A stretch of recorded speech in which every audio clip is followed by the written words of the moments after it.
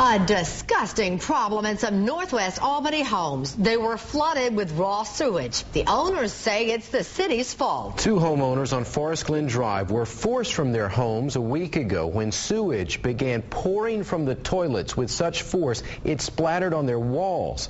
They'll have to replace carpeting, hardwood floors, insulation, even ductwork under their homes. WAOB News 10's Jennifer Emmer joins us live now from Forest Glen with tonight's top story.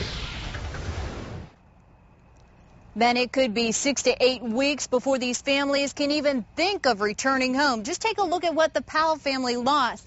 They've got several bags over here, about a half dozen boxes on their back porch, and over here in the yard, several mattresses. One of these mattress sets was just purchased earlier this year.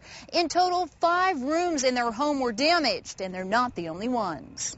That black is not the color of the floor. Inside Helen and Orvis Powell's home was a sea of black sludge. Their son captured the damage. It was the same situation at the Freeney's next door. Fred Freeney heard it coming. And in this bathroom, I heard this gurgling noise and knowing that something about to happen. Before he could turn around, both toilets erupted. It got out of hand. The towels wouldn't stop it. In 6 to 8 minutes, it filled the house. If that wasn't bad enough, imagine the smell. Absolutely horrible.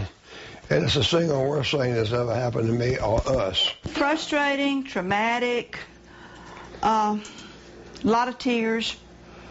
And we do laugh because we know that God is taking care of us.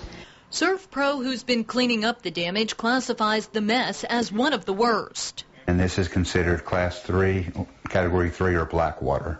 With heavy residue throughout the affected areas, the first step of the cleanup was to get carpeting, flooring, and the furniture out. The harder surfaces, we can be cleaned. Some things can be cleaned and sanitized and maybe sealed, but generally any soft materials, once it gets into the materials, that's all we can do with them.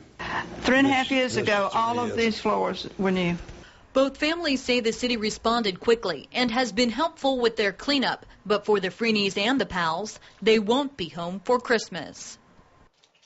Bend City officials didn't want to talk with us on camera, but they did tell me that they were fixing a nearby blockage when these homes were damaged. They're still investigating to figure out just what happened. The families say the city told them they are responsible for the damage.